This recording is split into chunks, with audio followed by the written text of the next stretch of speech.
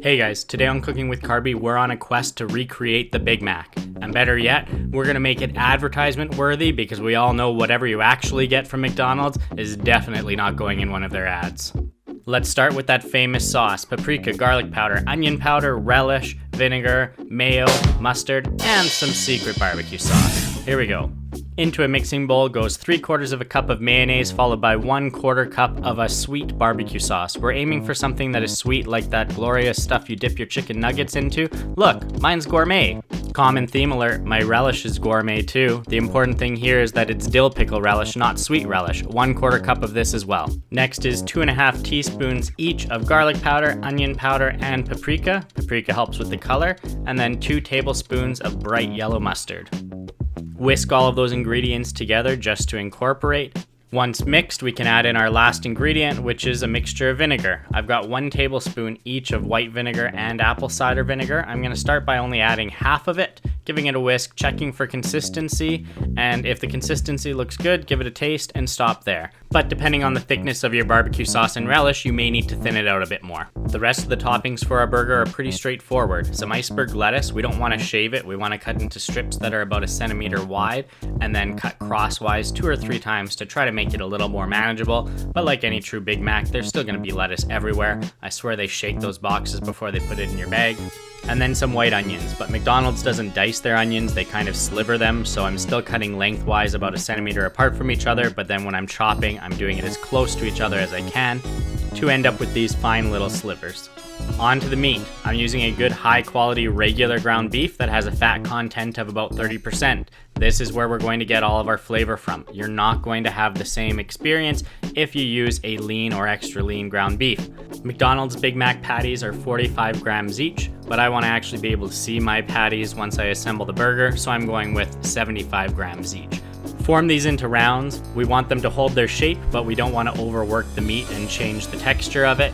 And then sprinkle each one generously with kosher salt and freshly ground black pepper.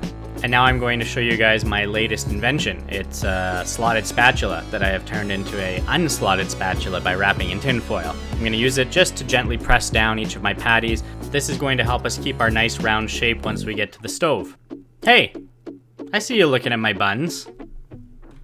I made these using Joshua Weissman's perfect burger bun recipe. The only modification was, instead of making 6 buns from the dough, I made 5. This enabled me to shape them a little bit taller before I baked them, which made it so that I could get all 3 slices for my Big Mac from 1 bun rather than having to use an extra bun. I'm going to butter these up and toast them while I cook the burgers in a minute, but first I need to attempt a sweet slow motion shot like a commercial, but I kind of fail miserably. So we'll count our losses and move over to the stove.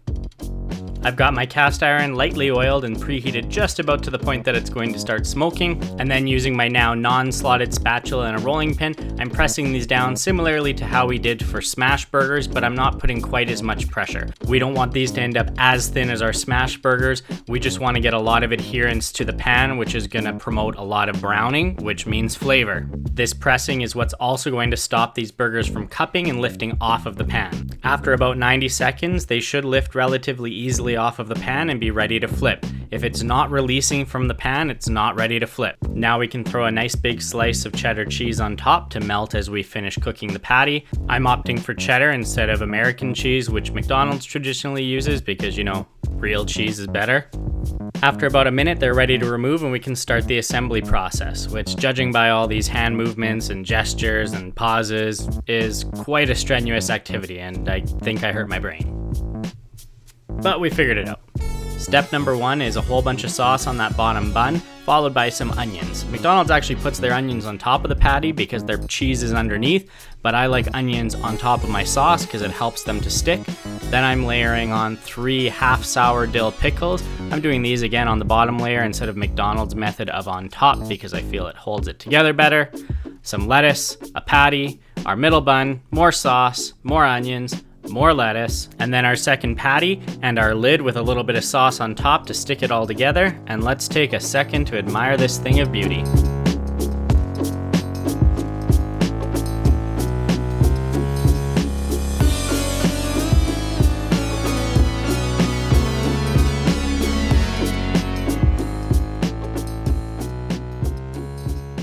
I could not wait to finish filming that B-roll so I could dig into this burger. I practically jogged back into the frame.